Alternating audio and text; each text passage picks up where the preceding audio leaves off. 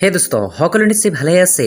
আমি আজি আলোচনা কৰিম ক্লাস 10 সমাজ বিজ্ঞানৰ প্ৰথম কনচেপ্টাৰ আৰু আপোনালোকে নিশ্চয় ভালে আছে আৰু ভালেই থাকিব বুলি আশা কৰো। আপোনালোকে পঢ়িব ভালকৈ আৰু ভাল নম্বৰ লৈ আহিব, পৰীক্ষাৰ ভিতৰত ভাল নম্বৰ পাব। গতিকে আপোনালোক সকলোকে আমি অন্য এটা ভিডিঅ' লৈ স্বাগতম জনাইছো আৰু আপোনালোকে চাই আছে AF স্মাৰ্ট আসাম আৰু এই চেনেলটো তোমালোক সকলোৱে সাবস্ক্ৰাইব কৰিবা। কেৱল আপুনি হৈ যায়, গতিকে আমি ক'বলৈ চেষ্টা কৰিম। গতিকে ব্লগ ভিডিঅ'টো আৰম্ভ কৰোঁ। আৰু তোমালোকে ক্লাস 5ৰ দৰে ক্লাস 6ত অলপ বেলেগ হয়। ক্লাস 6ত এই সমাজ বিজ্ঞান নামৰ যেটো কিতাপ আছে, ইয়াত তিনিটা খণ্ড থাকে। প্ৰথম খণ্ডটো চোৱা ভূগোল খণ্ড বুলি কয়, দ্বিতীয়টোক ইতিহাস খণ্ড বুলি কয় আৰু তৃতীয়টোক অৰ্থনীতি আৰু ৰাজনীতি খণ্ড কয়।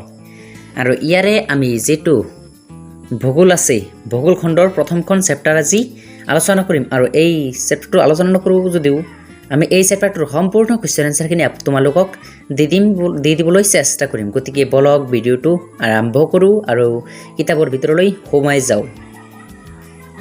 সৌৰ জগতত আমাৰ পৃথিৱী, ইয়াৰ সম্পূৰ্ণ কুৱেশ্যন এনচাৰ আলোচনা কৰিম। গতিকে তেনেহ'লে ব্লগ প্ৰশ্নোত্তৰ পঢ়িবলৈ আৰম্ভ কৰোঁ। চোৱা 1 নম্বৰ তলৰ প্ৰশ্ন উত্তৰ লিখা। ইয়াত তিনিটা কুৱেশ্যন আছে। সৌৰ জগত বুলিলে কি বুজায়? সূৰ্যৰ পৰা দূৰত্ব অনুসৰি একাধিক্ৰমে গ্ৰহবোৰৰ নাম লিখা। সূৰ্য কি? সূৰ্যৰ বিষয়ে চমুকৈ লিখা। এই এটা এনচাৰ। আৰু 2 নম্বৰ আছে, 3 নম্বৰ আৰু 4 নম্বৰ আৰু 5 নম্বৰ। এইখিনি আমি এতিয়া আলোচনা কৰিম এনচাৰ সহ। তোমালোকে চোৱা 1 নম্বৰটোৰ কুৱেশ্যন এনচাৰ যেটো আছে ক নম্বৰ, সেইটো হ'ল সৌৰ জগত বুলিলে কি বুজায়? সূৰ্য আৰু ইয়াৰ চাৰিওফালে ঘূৰি থকা 8টা গ্ৰহ, অনেক উপগ্ৰহৰ লগতে ধূমকেতু, উল্কা আৰু গ্ৰহাণুপুঞ্জ, এই আটাইবোৰ লগ হৈ সৃষ্টি হোৱা পৰিয়ালটোক সৌৰ জগত বুলি কোৱা হয়। এইখিনি লিখিবা। চোৱা ইয়াৰ চিত্ৰটো ইয়াত দিয়া আছে, সৌৰ জগত। তাৰপিছত কুৱেশ্যনটো তোমালোকে চোৱা, সূৰ্যৰ পৰা দূৰত্ব অনুসৰি একাধিক্ৰমে গ্ৰহবোৰৰ নাম। সূৰ্যৰ পৰা ক্ৰমে আঁতৰলৈ থকা গ্ৰহকেইটা হ'ল বুধ, শুক্ৰ, পৃথিৱী, মংগল, বৃহস্পতি, শনি, ইউৰেনাছ আৰু নেপচুন। তাৰপিছত 2 নম্বৰ কুৱেশ্যনটো হ'ল সূৰ্য কি? সূৰ্যৰ বিষয়ে চমুকৈ লিখা। ইয়াৰ এনচাৰ হ'ল সূৰ্যটো এটা নক্ষত্ৰ। আৰু ইয়াৰ ওপৰত চমুটুকা লিখিবলৈ দিছে। চমুটুকাবোৰ এনেদৰে লিখিবা। সূৰ্য হৈছে আমাৰ পৃথিৱীৰ আটাইতকৈ ওচৰত থকা নক্ষত্ৰ। ইয়াৰ ওপৰ অংশৰ উত্তাপ প্ৰায় 6000 ডিগ্ৰী চেলচিয়াছ। সূৰ্যৰ বয়স 500 কোটি বছৰ ওচৰা-ওচৰি। তাৰমানে আনুমানিক, ডাইৰেক্ট কোৱা হোৱা নাই, আনুমানিক বুলি কৈছে ইয়াত। সূৰ্যৰ বাবেই পৃথিৱীত জীৱৰ জীৱন ধাৰণ সম্ভৱ হৈছে। পৃথিৱীত হোৱা দিন ৰাতি, ঋতু পৰিৱৰ্তন, বতৰৰ সলনি, এই সকলোৰ প্ৰধান কাৰণেই হ'ল সূৰ্য। উল্লেখযোগ্য যে সূৰ্য কেন্দ্ৰ কৰি সৌৰজগতৰ গ্ৰহবোৰ ঘূৰি থাকে। তাৰপিছত কুৱেশ্যনটো চাবা 2 নম্বৰৰ বাবে যিবোৰ আহে সেইবোৰ। নিজৰ পোহৰ থকা তৰাবোৰক কি বোলে? এই কুৱেশ্যনবোৰ আহিয়ে থাকে। লিখিবা নক্ষত্ৰ বোলে। পৃথিৱীৰ আটাইতকৈ ওচৰত থকা গ্ৰহটোৰ নাম কি? শুক্ৰ। আমি তাপ আৰু পোহৰ পোৱা নক্ষত্ৰটোৰ নাম কি? সূৰ্য।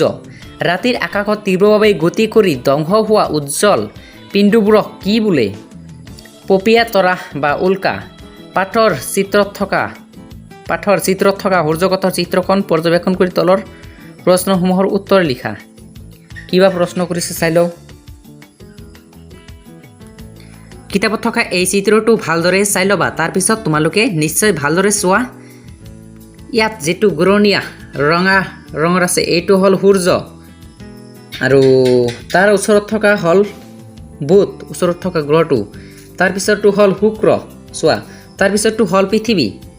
তাৰপিছতটো ওচৰত থকাটো হ'ল মংগল আৰু তাৰপিছতটো হ'ল বৃহস্পতি। তাৰপিছতটো হ'ল শনি আৰু তাৰপিছতটো হ'ল ইউৰেনাছ আৰু অৱশেষত একেবাৰে দূৰত থকা টো হ'ল কি? নেপচুন। এইবোৰ হ'ল গ্ৰহ। গতিকে আমি এতিয়া সেইবোৰ কুৱেশ্যন এনচাৰ দিবলৈ চেষ্টা কৰিম। চাই লোৱা কুৱেশ্যনটো আকৌ। পাঠৰ চিত্ৰত থকা সৌৰজগতৰ চিত্ৰখন পৰ্যবেক্ষণ কৰি তলৰ প্ৰশ্নসমূহৰ উত্তৰ লিখা। এই চিত্ৰখনে আমি চালোঁ কিতাপত, গতিকে ইয়াৰ প্ৰশ্নসমূহ এনচাৰ কৰিবলৈ চেষ্টা কৰিম। এতিয়া চোৱা কুৱেশ্যনটো চোৱা। ক নম্বৰ যেটো কুৱেশ্যন আছে 3 নম্বৰৰ, সূৰ্যৰ পৰা আটাইতকৈ দূৰত থকা গ্ৰহটোৰ নাম কি? তোমালোকে সেই চিত্ৰটো নিশ্চয় চালা। গ্ৰহটোৰ নাম হ'ল, সূৰ্যৰ পৰা আটাইতকৈ দূৰত থকা গ্ৰহটোৰ নাম হ'ল নেপচুন। খ নম্বৰ কোৱেশ্চনটো চোৱা ইউৰেনাছ কোন দুটা গ্ৰহৰ মাজত অৱস্থিত এনসাৰ লিখিবা শনি আৰু নেপচুনৰ মাজত সূৰ্যৰ পৰা পৃথিৱীৰ স্থান কেই নম্বৰত লিখিবা 3 নম্বৰত সূৰ্যগতৰ আটাইতকৈ ডাঙৰ গ্ৰহটোৰ নাম কি নামটো লিখি উত্তৰ লিখিবা বৃহস্পতি গ্ৰহণপুঞ্জবোৰ কোন দুটা গ্ৰহৰ মাজত দেখা যায় মংগল আৰু বৃহস্পতি যদি এনেদৰে মই কি যদি নিলিখিব পাৰা তেনেহ'লে এইখিনি লিখা চোৱা ইয়াত দিয়া আছে তোমালোকে লিখিব ল'ব পাৰা তাৰ পিছত চোৱা 4 নম্বৰ কোৱেশ্চনটো শুদ্ধ উত্তৰটো লিখা পৃথিৱীৰ যমজ বুলি কোনটো গ্ৰহ কোৱা হয় এনসাৰটো লিখিবা 2 নম্বৰ যেটো আছে শুক্ৰ গ্ৰহ সূৰ্যগতত অস্থায়ীভাৱে ভূমিকা মৰা উজ্জ্বল পদাৰ্থ পিণ্ডবোৰ হল এনসাৰ লিখিবা ধূমকেতু তাৰপিছত 5 নম্বৰত বুটাই কি দিছে চাইলো খেলুৱা এটো কি দিছে আৰু খেলুৱা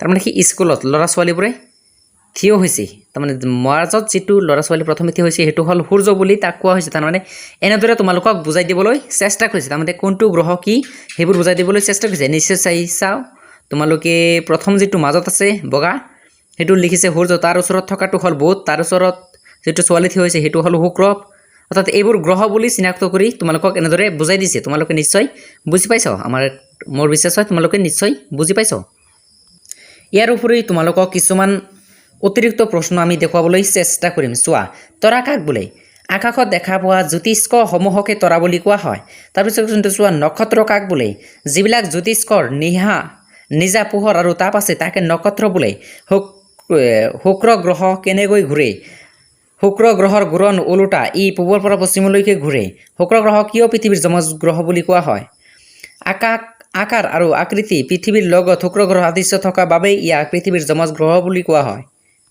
তাৰ পিছত কিন্তু চোৱা বৃহস্পতি গ্ৰহৰ আয়তন কিমান বৃহস্পতি গ্ৰহৰ আয়তন পৃথিৱীৰ আয়তনৰ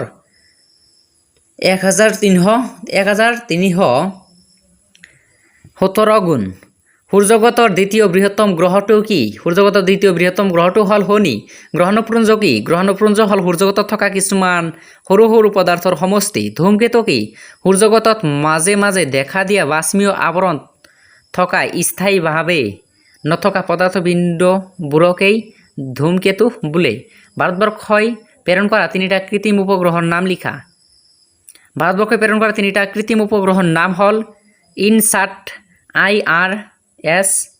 IRS এটো হল একটা আৰু এডুসেট প্লেটো কিয় প্ৰকৃত গ্ৰহ বুলি কোৱা নহয় প্লেটো গ্ৰহই নিজ কক্ষপথেদি ঘূৰাৰ উপৰিও আন গ্ৰহৰ কক্ষপথেদিও ঘূৰা দেখা যায় বাবে কাৰণে প্লেটোক প্ৰকৃত গ্ৰহ বুলি কোৱা নহয় পৃথিৱীৰ আনুমানিক বয়স কিমান এনসাৰ হ'ব 4500 নিযুত বছৰ পৃথিৱীৰ পৰা সূৰ্যৰ গড় দূৰত্ব কিমান পৃথিৱীৰ পৰা সূৰ্যৰ গড় দূৰত্ব ইয়াত দিয়া আছে তোমালোকে এই পইণ্ট কেটা মনত ৰাখিবলৈ চেষ্টা কৰিবা ইয়াত কোটিতকৈও বেছি আছে তোমালোকে এইটো নাহে অলপ কঠিন টাইপৰ হয় ইমান মনত ৰাখিব নোৱাৰিবা গতিকে এইটো নাহাৰ সম্ভাৱনা তাৰ চাই ল'বা অলপ তাৰপিছত লাষ্ট কোৱেশ্চনটো চোৱা তাৰকা ৰাজ্য কি গোটেই বিশ্ব ব্ৰহ্মাণ্ডখনত সকলো তৰা সমানে সিঁচৰিত হৈ থকা নাই কোনোবা অংশত হয়তো বহুতো তৰা ওচৰাওচৰিকৈ আছে আন কোনোবা অংশত এটাও নাই এনেদৰে বহুতো তৰা থুপ খাই থকা অঞ্চলটোক হাতীপতি তাৰকা ৰাজ্য বুলি কোৱা হয় এইখিনিতে আমাৰ এই ভিডিঅ'টো সামৰিবলৈ চেষ্টা কৰিছোঁ ধন্যবাদ জনাইছোঁ তোমালোক সকলোকে আৰু ভিডিঅ'টো চোৱাৰ বাবে ধন্যবাদ আৰু এটা কাম কৰিবলৈ নাপাহৰিবা তোমালোকে এই চেনেলৰ ডাইন সাইডত থকা ভিডিঅ'ৰ তলত থকা লাল আখৰে লিখা আছে সাবস্ক্ৰাইব তাত এটা ক্লিক কৰিবা আৰু যেটো গৰুৰ গলাই যেটো ঘণ্টি দিয়া হয় হেইটোৰ মাজত এটা টিপি মাৰি দিবা আৰু যেটো ওপৰত আহিব তিনটা ঘণ্টি আহিব তাৰ একেবাৰে ওপৰত যেটো ঘণ্টি আহিব অল বুলি লিখা থাকিব তাত তোমালোকে ক্লিক কৰি থৈ দিবা যাতে তোমালোকে আমি ভিডিঅ'টো দিয়াৰ লগে লগে তোমালোকৰ ওচৰলৈ যায় আৰু তোমালোকে পঢ়িব পাৰা ভালদৰে আৰু এটা কৰি লাইক কমেন্ট আৰু শেয়াৰ কৰিবলৈ নাপাহৰিবা আৰু কমেন্ট কৰিবলৈ চেষ্টা কৰিবা সকলো শিকিব লগা হয় গতিকে ধন্যবাদ জনাইছোঁ জয় আই অসম